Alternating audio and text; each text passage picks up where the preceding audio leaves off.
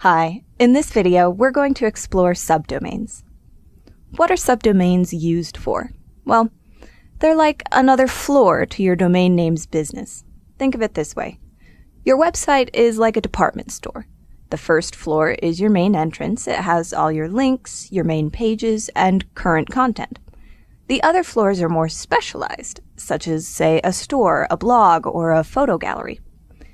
Your subdomains can also be managed independently of your main website, so you can have different programs installed to do specific tasks for you. Let's say on your main website you have WordPress installed. Your subdomain can then have OS Commerce, Drupal, Joomla, or Coppermine Gallery installed, and they won't interfere with each other. So let's go ahead and start with creating one. You'll need to go into the Domains section of your cPanel, and once you're there, you can click on Subdomains in the submenu. Now, you can just put in the name of your subdomain, be it blog, gallery, store, or whatever you've decided to use. For this example, I'm going to put in blog. Now you need to choose which domain to attach the subdomain to. If you have more than one domain on your account, it'll be listed here in the drop-down list. The subdomain will replace the www on the front of your domain. For example, it'll show blog.yourdomain.com instead of www.yourdomain.com. You'll notice that it'll automatically fill out this home folder field for your subdomain. You can change that if you want to, and in certain situations it can be very helpful to you to do so. The home folder doesn't have to be unique. If you have multiple subdomains that are meant to lead to the same place, you can have them all point to the same directory. So, for example, if you have photos.example.com and gallery.example.com, and you want both addresses to lead to the same website, you can do that simply by pointing them both to the directory where your gallery is installed. Now you only need to click the Create button, and your subdomain will be created. It takes a few moments because it's writing the DNS entries for you. This means that you can also redirect your subdomain someplace else if you have a store or a blog hosted with another provider.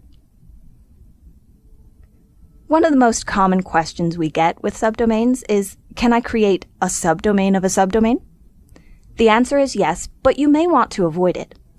Each subdomain can have a program installed to it and can be managed independently of every other subdomain.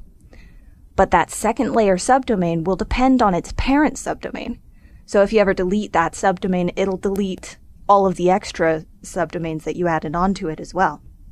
For example, if you create blue.dresses.example.com and later decide to delete the dresses.example.com subdomain, blue.dresses will be deleted along with it.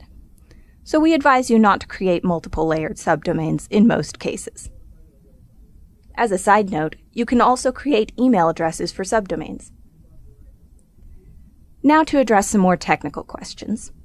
If you have a store or something similar on a subdomain, you're probably going to want a dedicated IP and SSL for it to protect your customers as they make purchases. Here are a few things you'll want to keep in mind about this. SSLs can't be installed directly onto a subdomain. They must be installed on one of your primary, add-on, or parked domains, which makes things a little tricky if you want an SSL to cover a subdomain. However, you can purchase a wildcard SSL, which would cover a domain and every subdomain associated with it. Finally, when you purchase your dedicated IP, it won't be assigned directly to your domain or subdomain. Instead, it'll be assigned to your cPanel as a whole and all the domains on it. Among other things, this means that you can only have one dedicated IP and one SSL per cPanel account. If you need more than one SSL on your account, one possible solution would be to switch to an account type that allows you to create multiple cPanel accounts, such as a VPS or a dedicated hosting plan. And that's everything you need to know about subdomains. Thanks for watching.